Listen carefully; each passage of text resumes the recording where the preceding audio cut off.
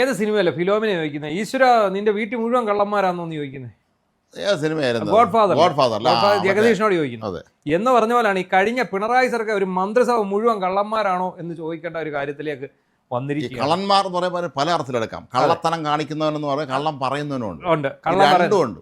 ഇപ്പൊ നമുക്കറിയാം KB ഗണേഷ് കുമാർ എന്ന് പറയുന്ന ഗതാഗത മന്ത്രി നാട്ടുകാർക്കെല്ലാം ഇഷ്ടമായിരുന്നു, വളരെ കാര്യക്ഷമതയുള്ള മന്ത്രിയാണ്, അക്കാര്യം നമ്മൾ സമ്മതിക്കാം. പക്ഷേ അവസാന കാലത്ത് അദ്ദേഹം കൊണ്ടുവന്ന് പെട്ട ഒരു വിവാദം കാരണം ഇത്തവണ മാന്യമായിട്ട് തോറ്റു. അതിലൊക്കെ ഉപരി ഒരു പാവപ്പെട്ട ഒരു ചെറുപ്പക്കാരൻ്റെ ജീവിതം തകർക്കാൻ ഈ മന്ത്രി കൂട്ടുനിന്നു എന്നുള്ള ഒരു ഞെട്ടിപ്പിക്കുന്ന സത്യം പുറത്തു.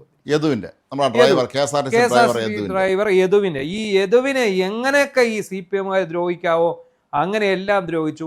അവൻ്റെ ഒരൊറ്റ ശാപം കാരണം ഒരെണ്ണവും ഗതി പിടിക്കാതെ എല്ലാം റെഡിയായി. നമുക്കറിയാം മേയർ ആര്യ രാജേന്ദ്രൻ്റെ വണ്ടി സാഫല്യം കോംപ്ലക്സിൻ്റെ മുമ്പിൽ വെച്ച് മേയർ ആര്യ രാജേന്ദ്രൻ ഭർത്താവ് സച്ചിൻ്റെ MLA കൂടെ വന്ന് ഈ വാഹനം ഇയാളെ ആക്രമിക്കാൻ ശ്രമിച്ചു. എന്തുവാ കാരണം പറഞ്ഞ് അയാൾ കൈകൊണ്ട് അശ്ലീലാംഗ്യം കാണിച്ചു. എന്നിട്ട് എന്താണ് ഇയാളെ KSRTC സ്വിഫ്റ്റിലെ കരാർ ജീവനക്കാരനും അയാളെ പിരിച്ചു വിട്ട് കഴിഞ്ഞപ്പോൾ ഈ ഗതാഗത മന്ത്രി ഒരു ഉളുപ്പും ഇല്ലാതെ ഇവിടുത്തെ മാധ്യമങ്ങളോട് പറഞ്ഞ കഥ എന്താ? അദ്ദേഹം നിരന്തരം മൊബൈൽ ഫോണിൽ സംസാരിച്ചിട്ട് വണ്ടി 6 മണിക്കൂർ നിരന്തരം അയാൾ ഫോണിൽ ഹെഡ്ഫോൺ വെച്ച് സംസാരിക്കുകയായിരുന്നു. ഞങ്ങൾ സിറ്റി പോലീസ് കമ്മീഷണറെ കോൾ ഡീറ്റെയിൽസ് എടുത്തു തന്നു. വാഹനം ഓടിക്കുമ്പോൾ മൊബൈൽ ഫോൺ വെച്ച് സംസാരിച്ചു എന്നുള്ളതാണ്. അതിനെന്താണ് തെളിവ്? കോൾ ഡീറ്റെയിൽസ് ആണ്. സ്വാഭാവികമായും സൈബർ സഖാക്കളും കമ്മികളും ഈ നാട്ടിലുള്ള മുഴുവൻ ആൾക്കാരും എല്ലാ സദാചാരവാദികളും എല്ലാം യദുവിന് നേരെ തിരിഞ്ഞു. മാത്രമല്ല യദുവിനെ കുറിച്ച് ഉടൻ തന്നെ കഥ ഇറക്കി. ഈ സൈബർ ഹാൻഡിലുകൾ ഇടതുപക്ഷത്ത് നിന്ന് ഇയാൾ മോശക്കാരനാണെന്നും ഇയാൾ വളരെ മോശമായ പശ്ചാത്തലമുള്ളവനാണെന്നും അപകടകാരിയാണെന്നും സാമൂഹ്യ വിരുദ്ധനാണെന്നും ചേർന്ന് വാർത്ത കൊടുക്കാൻ തുടങ്ങി നിരന്തരം. മേയറൂട്ടിയും കാറിലിരുന്നവരെയും ഇത് കാണിച്ചു, അശ്ലീലാംഗ്യം കാണിച്ചു. ഒരു മന്ത്രിയാണ് പറഞ്ഞതെന്ന് നോക്കണം. ഒരു മന്ത്രി പറഞ്ഞതോടെ അതിനൊരു സ്ഥിരീകരണമായി. മാത്രമല്ല ഈ ബസ്സിലുണ്ടായിരുന്ന CCTV ക്യാമറയുടെ സ്റ്റോറേജ് അവിടെ പോയി. അതില്ല, ആ സ്റ്റോറേജ് കൊണ്ടുപോയാലും അവസാനം ഈ പാവത്തിന്റെ തലയ്ക്ക് വെച്ചു. അപ്പോൾ ഈ മന്ത്രി പറഞ്ഞു കഴിഞ്ഞതോടെ എന്ത് പറ്റും? യദുവിനെ സപ്പോർട്ട് ചെയ്ത ഒരു വലിയ വിഭാഗം യവന്റെ കയ്യിലിരിപ്പ് ശരിയല്ലെന്ന് കരുതി അങ്ങനെ വന്നു തുടങ്ങിയല്ലോ. വ്യാപകമായ തോതിൽ സോഷ്യൽ മീഡിയയിൽ വന്നല്ലോ. അതോടുകൂടി അവൻ ഒരു ഗതിയും പരഗതി ഇല്ലാതെ അവന്റെ കുഞ്ഞുങ്ങളെ വളർത്താൻ ഇപ്പൊ മറ്റേ സ്വിഗ്ഗിയുടെ എന്തോ മാർഗമില്ലാതെ അയാൾ അലഞ്ഞു നടക്കുക. എന്താണ് കാര്യം? മേയറൂട്ടിയും ഭർത്താവ് ആരാണ്? ഈ ലോകത്തിന്റെ പരമാധികാരികളാണോ? നഗരമാതാവായിരുന്നു, മറ്റൊരാൾ ജനപ്രതിനിധിയായ MLA കൂടിയ ആളാണ്. അപ്പോൾ ഈ MLA ആണെങ്കിലും ജനപ്രതിനിധിയാണെങ്കിലും നഗരമാതാവാണെങ്കിലും ആരാണെങ്കിലും എളിമ എന്നുള്ളത് രാഷ്ട്രീയ നേതാക്കൾക്ക് വളരെ നല്ലതാണ്. പക്ഷെ ഇപ്പോൾ അതല്ല, മാസാണ് ഇപ്പോൾ CPMന്റെ മാസായിരിക്കണം. എടുപിടിയെന്നും ഇങ്ങനെ വരിക. എന്നിട്ട് ഇയാള് നമ്മുടെ ഓഫീസ് പൂട്ടാൻ ഒരാളുടെ താക്കോലും കൊടുത്ത് മലയാളി കൂട്ടിയിട്ട് വരാൻ പറഞ്ഞു. താക്കോലെടുത്ത് തോട്ടിലെറിയാൻ പറഞ്ഞത് അത് അൻവർ കയ്യിൽ നിന്നിട്ടതാണ്. അൻവറും ഇവിടെ വന്ന് പടമൊക്കെ എടുത്തിട്ട്.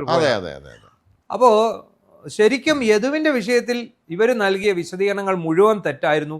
യദുവിന്റെ ഭാഗമായിരുന്നു കറക്റ്റ്. അയാൾ മാത്രമാണ് സത്യം പറഞ്ഞത്. സത്യം പറഞ്ഞാൽ ഇതാണ് അവസ്ഥ എന്നിപ്പോൾ മനസ്സിലായല്ലോ. ഏതായാലും ഈ 3 നേരത്തെ നിങ്ങൾ എൻ്റെ വീട്ടിൽ വിശ്രമിച്ചോളാൻ പറഞ്ഞിട്ടുണ്ട്.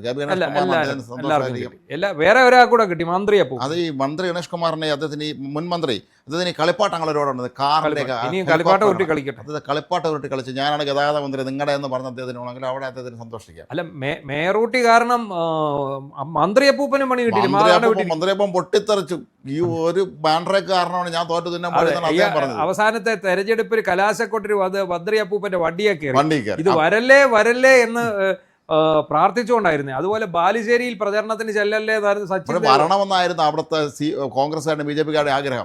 കാത്തിരുന്നു, പക്ഷെ വന്നില്ല. എന്താണെങ്കിലും പണി കിട്ടിയത് മന്ത്രിയപ്പൂപ്പനായി. എന്താണെങ്കിലും മന്ത്രിയപ്പൂപ്പന് പണി കിട്ടി. 1500 വോട്ട് ഭൂരിപക്ഷം മേടിക്കേണ്ട ബൂത്തിൽ 5 വോട്ടിന്റെ ഭൂരിപക്ഷമാണ് കിട്ടിയത്.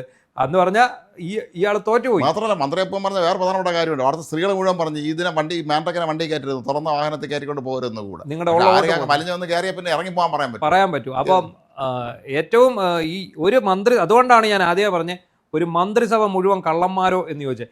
ഇയാൾ ചെയ്ത ഈ യദു ചെയ്ത കാര്യത്തിൽ കള്ളത്തരമില്ല എന്ന് നമുക്ക് ആദ്യമേ മനസ്സിലായത് എന്താണെന്ന് അറിയാം. ഇവന്മാരാ മെമ്മറി കാർഡ് എടുത്തു. അത് നമ്മുടെ കഴുത്തുളുക്കിയ സംഭവത്തിലും മെമ്മറി കാർഡ് ഊരുമായിരുന്നു. അതുകൊണ്ടാണ് അത് നാറിപ്പോയത്. ഇതിനകത്ത് ഇവർ സമ്മർദ്ദമാണ്. അത് കോർത്തോണം. അയാളുടെ കൂടെ കണ്ടക്ടറായിട്ട് ജോലി ചെയ്തവനാണ് അയാളെ ചതിച്ചത്. അയാളെ ചതിച്ച് ഈ മെമ്മറി കാർഡെല്ലാം ഊരി മാറ്റി അയാൾ അവസാനം കോടതിയിൽ പോയി. കോടതി ചെന്നപ്പോഴും പോലും ആ സത്യത്തിൽ അയാൾക്ക് നീതി എന്നുള്ള സാധനം കിട്ടിയിട്ടില്ല. കാരണം തെളിവ് അയാൾക്ക് മുഴുവൻ എതിരാണ്. യുവമാർ ഇത് മുഴുവൻ മാറ്റി. അയാളെ ഭാഗം ന്യായീകരിക്കാൻ ഒരു സംഗതി അയാളെ കയ്യില്ല, മുഴുവൻ നശിപ്പിച്ചില്ലേ. എന്നിട്ട് ഈ യുവാവിനെതിരായിട്ടുള്ള സംഘടിത സൈബർ ആക്രമണം നടക്കുന്നു. ഈ മന്ത്രിമാർ കള്ളം പറയുന്നു, നേതാക്കൾ കള്ളം പറയുന്നു, ജനപ്രതിനിധികൾ കള്ളം പറയുന്നു. അവസാനം എങ്ങനെയാണെങ്കിലും ഒരു പാവപ്പെട്ടവനെ വഴിയാധാരമാക്കിയിട്ട് അവനെ കൊന്ന് കുഴിച്ചു മൂടാൻ പറ്റിയില്ല എന്ന് മാത്രമുള്ള ഒരു വിഷമം ഇവർക്ക്. പണ്ടത്തെ രീതി അനുസരിച്ചാണ് കൈകാര്യം ചെയ്യുമായിരുന്നു. അയാൾ അത് ചെയ്തില്ല എന്നുള്ളത് കാലം മാറി, സോഷ്യൽ മീഡിയയൊക്കെ വളരെ ഇപ്പം വ്യാപകമായ സാഹചര്യത്തിലാണ്. അല്ലെങ്കിൽ യദുവിനെ അവർ കൈകാര്യം ചെയ്തത്. എന്തായാലും ഈ അപമാനം നേരിട്ട ചെറുപ്പക്കാരൻ അവന് വരുമാനം ഇല്ലെങ്കിൽ പോലും അവൻ കൃത്യമായിട്ട് ഫൈറ്റ് ചെയ്യുന്നുണ്ട്. അയാൾ കൂലിപ്പണി ചെയ്തെങ്കിൽ അയാളെ പിള്ളേരെ വളർത്തുള്ളൂ. പിന്നെ ഇവരെ സംബന്ധിച്ചിടത്തോളം ജനപ്രതികളുടെ കയ്യിൽ കാശ് കാണും, അതുകൊണ്ട് തന്നെ കുഴപ്പമില്ല. എങ്കിൽ പോലും പണിയില്ല. അയാൾ ഫൈറ്റ് ചെയ്ത് മുന്നോട്ട് പോകുന്നു. ആ ഫൈറ്റ് ചെയ്ത് മുന്നോട്ട് പോയിട്ട് ഇപ്പോൾ ഏറ്റവും അവസാനമായിട്ട്, അതായത് ഗണേഷ് കുമാർ മന്ത്രിസ്ഥാനം ഒഴിഞ്ഞതിന് ശേഷം കൃത്യം വിവരാവകാശം അവിടുന്ന് കിട്ടിയപ്പം ഈ അന്വേഷണ റിപ്പോർട്ടിനകത്ത് ഇങ്ങനൊരു കാര്യമേ ഇല്ല. യദു എന്ന് പറഞ്ഞാൽ 6 മണിക്കൂർ നിരന്തരമായിട്ട് ഫോൺ ചെയ്തു എന്നുള്ളതിനെ സംബന്ധിച്ച് യാതൊരു തെളിവും അവിടെ ലഭ്യമല്ല. അല്ല, മാത്രമല്ല ഇപ്പോൾ നമ്മൾ പറഞ്ഞു കേൾക്കുന്നത് ശരിയാണോന്ന് അറിഞ്ഞൂടാ. യദു അങ്ങോട്ട് റിക്വസ്റ്റ് ചെയ്താൽ KSRTC അയാളെ വീണ്ടും കോൺട്രാക്ട് വ്യവസ്ഥയിൽ അല്ല, അയാളെ തിരിച്ചെടുത്തു എന്നൊക്കെ പറഞ്ഞ് വാർത്ത പ്രചരിക്കും. നമുക്ക് തന്നെ അദ്ദേഹം ഇന്റർവ്യൂ തന്നിട്ടുണ്ട്.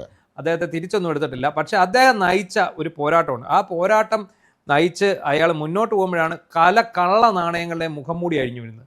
ഗണേഷ് കുമാറിനെയൊക്കെ നമ്മൾ വിചാരിച്ചു അദ്ദേഹത്തിന് ഇച്ചിരി സ്വഭാവത്തിൽ ഇച്ചിരി പ്രശ്നമുണ്ടെന്നാണ് നമ്മൾ വിചാരിച്ചത്. പക്ഷേ അത് മാത്രമല്ല, പിണറായി വിജയനും സൈബർ സഹായങ്ങൾക്കും വേണ്ടി എന്ത് നാറിയ പണി കാണിക്കാനും ഇവിടുത്തെ മന്ത്രിമാരായിക്കോട്ടെ, പോലീസ് ഉദ്യോഗസ്ഥരായിക്കോട്ടെ, മറ്റു ഉദ്യോഗസ്ഥരായിക്കോട്ടെ, അതുകൊണ്ടാണ് യാതൊരു മടിയില്ല. MLA സ്ഥാനത്തിരുന്ന് കാലനൂറ്റാണ്ട് തികച്ച അങ്ങ് ഇനി സ്വസ്ഥമായി വിശ്രമിക്കൂ എന്ന് പത്തനാപുരത്തുകാർ പറഞ്ഞത്. അപ്പൊ ഇത് ലോകം എല്ലാവരും അറിയുന്നുണ്ട്. അദ്ദേഹത്തിന് ഈ നാട്ടിൽ എത്ര കാമുകിമാരുണ്ടെന്ന് പറഞ്ഞാൽ 5000 കാമുകിമാർ ഉള്ള അദ്ദേഹത്തിന് ഇനിയിപ്പം ഇഷ്ടംപോലെ സമയവുമായിട്ടുണ്ട്. 5000 കാമുകിമാർ, 5000 പ്രണയങ്ങൾ.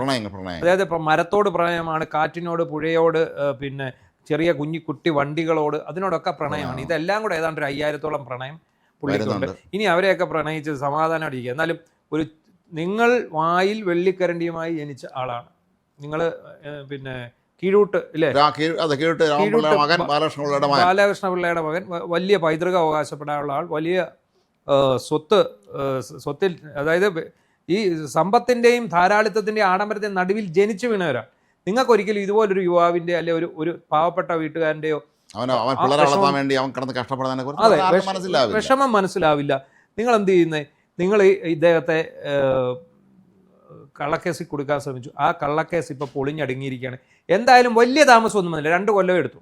അത്രേ ഉള്ളൂ. അത് 2 കൊല്ലം കൊണ്ട് ഇത് മുഴുവൻ പൊളിഞ്ഞടങ്ങി വെളിയും. എന്നാലും സാക്കന്മാരെല്ലാം കടുത്ത അന്ധവിശ്വാസികളും വിശ്വാസികളുണ്ട്. ഏതെങ്കിലും അമ്പലത്തിൽ ഇപ്പോൾ ഇതിന് പ്രായച്ചിത്തം ചെയ്യേണ്ടി വരും. ഒരു പാവപ്പെട്ടവൻ്റെ ജോലി ഇല്ലാതാക്കിയതിനും അവൻ്റെ കുട്ടികളെ പട്ടിണിക്കിടാൻ വളരെ സാഹചര്യം ഒരുക്കിയ ഈ നേതാക്കന്മാർ ഇതിന് സമാനം പറയേണ്ടി വരും. അതിനാണ് ഇപ്പോൾ ഈ തെരഞ്ഞെടുപ്പ് ഫലം ജനങ്ങൾ കാണിച്ചത് അങ്ങനെ തന്നെയാണ്. സത്യത്തിൽ ഈ യദുവിന് ആദ്യം ജോലി കൊടുക്കേണ്ടത് ഈ നഗരസഭയിൽ ഈ മേയറാണ്, രാജേഷാണ് ജോലി കൊടുക്കേണ്ടത്. അവരാണ് കൊടുക്കേണ്ടത്. കാരണം അതിൻ്റെ ഈ മേയറൂട്ടിയുള്ള ദേഷ്യം മുഴുവൻ ജനം വോട്ട് ചെയ്തിട്ടാണ് ഈ BJPക്ക് അധികാരം വരുന്നത്. അവർ കൊടുത്തില്ല. ഇനിയിപ്പോൾ ആകെയുള്ള ഒരു ഓപ്ഷൻ കോൺഗ്രസ്സുകാരുടെ മുന്നിലാണുള്ളത്. അവർ മറ്റ് ചെലവൊന്നുമില്ല, ആ പയ്യനെ തിരിച്ചെടുക്കാം. മേയറൂട്ടിയുടെ ആഗ്രഹം IPS ആയിരുന്നില്ല എന്ന് പറഞ്ഞത്. പിന്നെ IPS സിവിൽ സർവീസ് ഡിഗ്രി പാസ്സായെന്ന് അറിഞ്ഞു. ഇവിടെ പാസ്സായിട്ടുണ്ടെങ്കിൽ സിവിൽ സർവീസ് എഴുതാം, IPS ആയിട്ട് വരാം, മാസമായിട്ട്. പക്ഷേ ഇവരൊക്കെ ഈ രീതിയിലാണെങ്കിൽ എന്തായിരിക്കും ഇവിടെ നടക്കുക? ഇവിടെ IPS ആയിട്ട് വന്നാൽ ഇവിടെ എന്തായിരിക്കും നടക്കുക? എന്താണെങ്കിലും ഒരു കാര്യം വ്യക്തമായി, യദു എന്ന് പറയുന്ന ചെറുപ്പക്കാരൻ്റെ ഭാഗത്താണ് നീതിയും സത്യവും. ആ ചെറുപ്പക്കാരന് നീതി കിട്ടുക തന്നെ ചെയ്യും എന്ന് നമ്മൾ വിശ്വസിക്കുന്നു. മാത്രമല്ല ഇവരുടെയൊക്കെ പ്രൊഫൈലിൽ ഭാവിയിൽ എഴുതി ചേർക്കാം, ഞങ്ങൾ കൊള്ള സംഘത്തിലെ സജീവ അംഗങ്ങളായിരുന്നു കാര്യം എഴുതി ചേർക്കുകയും ചെയ്യാം.